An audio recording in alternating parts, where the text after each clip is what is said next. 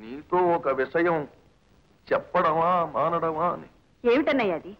ఏముందమ్మా, మన దీప గురించి, ఆ రికార్డులు అమ్ముకునే కుర్రాడు బాబు గురించి నెల్లూరు నుంచి శ్రీకాకుళం దాకా చెప్పుకుంటున్నారు. నేను విన్నానన్నయ్య. ఆ అమ్మాయి కాస్త నచ్చజెప్పి కట్టుదిట్టంలో ఉంచకపోతే. పోనీ అన్నయ్య, నువ్వు వెళ్ళి వాళ్ళతో ఒకసారి మాట్లాడరాదు? అలాగే వెళ్తాను. ఏం మాట్లాడమంటావు? వాళ్ళ మంచి చెడ్డలు నచ్చితే పెళ్లికి ఏర్పాట్లు చేద్దాం. పెళ్ళా? అవునన్నయ్య, ఈ కొడుకు ఫారెన్ లో చదువుకున్నాడని దీపకి ఇష్టం లేదు. దానికి నచ్చకుండా ఎలా చేస్తాను చెప్పు? అలాగే ఇష్టం లేని పెళ్లి వాడు మాత్రం చేసుకుంటాడేమిటి? పైగా ఇండియా పిల్ల నా కొత్త మొర్రో నాన్న నా దగ్గర ఏడుస్తున్నాడు. అలాగే అలాగే చేద్దాం. పంతులు కారు రెడీ చేసే.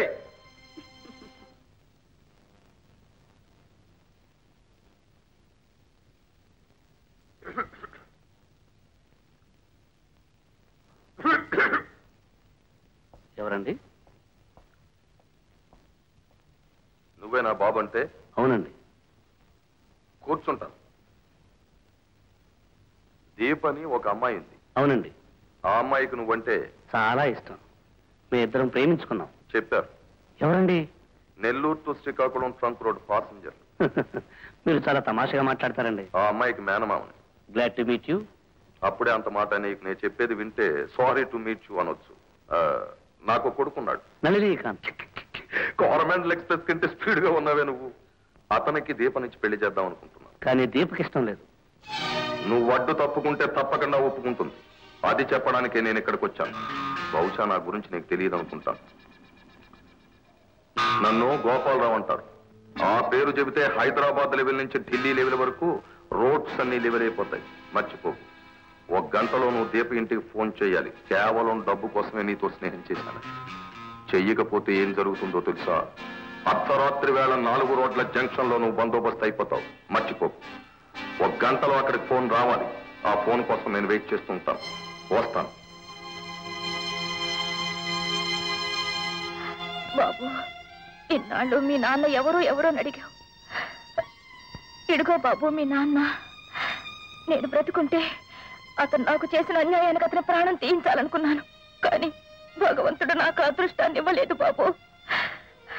కానీ నువ్వు మాత్రం అతను ఎక్కడున్నా కష్ట తీర్చుకోకుండా మాత్రం విడిచిపెట్టొద్దు బాబు, విడిచిపెట్టొద్దు బాబు. బాబు,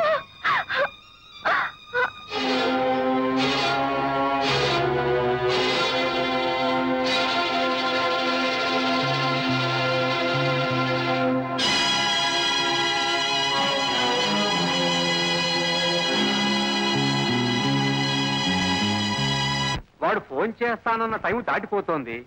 ఒకవేళ వాడు చేద్దామనుకున్న ఫోను అవుట్ ఆఫ్ ఆర్డర్ ఏమో. నీ బుర్ర అవుట్ ఆఫ్ ఆర్డర్ అయిపోతుంది ఇష్టం వచ్చినట్టు మాట్లాడితే. ఊరుకు. అయ్యా ఫోను. హలో బాబు గారా? అవును. అబ్బా మీరు చాలా పంక్చువల్. ఫోన్ దీపకి ఇమ్మంటారా? కాదు, నీతోనే. నాతోనా? నీ నిర్ణయాన్ని చెప్పవలసింది అమ్మాయితో కదా. ప్రస్తుతం నా నిర్ణయం చెప్పాల్సింది నీతోనే. ఏమిటి? ఈ పెళ్లి కంటే ముందు మరో పెళ్లి చేయాలి. పెళ్ళా? అవును. నా తల్లిని పెళ్లి చేసుకుని నన్ను కన్న తర్వాత నా తల్లికి అన్యాయం చేసిన వాడొకడున్నాడు. వాడి పెళ్లి, గర్భాధానం, తద్దినం అన్నీ కలిపి ఒకేసారి చేయాలి. నేను మాట్లాడతాను. ఏమిటి మాట్లాడతావమ్మా నువ్వు వీడితో? పెళ్లి అంటున్నాడు, గర్భాధానం అంటున్నాడు. ఇప్పుడేగా ఒక్కోటి బయటపడుతున్నది. ఉండు బాబు. పెళ్లి గర్భాధానం ఎవరితో? నువ్వు ఉండమ్మా కాసేపు. చూడు బాబు, ఎవరిని నువ్వు అంటున్నది? నిన్నే. నీకు గుర్తుందో లేదో, పాలకుళ్ళు గోపురంలో లలిత అనే ఒక అమ్మాయిని పెళ్లి చేసుకున్నావు. ఆమెతో కొన్నాళ్ళు కాపురం చేశావు. ఆమెకు కొడుకు పుట్టాడు. నేనే వాడు. ఆ అమ్మాయి గోదావరిలో దూకి ఆత్మహత్య చేసుకోబోయిందా? ఏమిటన్నయ్యా? ఏముందమ్మా, వాడు పెద్దాపురంలో ఒక అమ్మాయిని ప్రేమించాట. సామలకోటలో జరగవలసినవన్నీ జరిగిపోయాట. ఆ అమ్మాయి ఇప్పుడు గోదావరిలో దూకడానికి రాజమండ్రి బ్రిడ్జి మీద నిలబడి రెడీగా ఉందిట.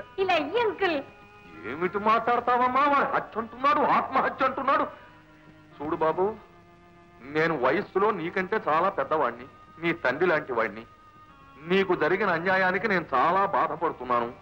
నువ్వు అనవసరంగా తొందరపడి ఏ నిర్ణయానికి రావద్దు.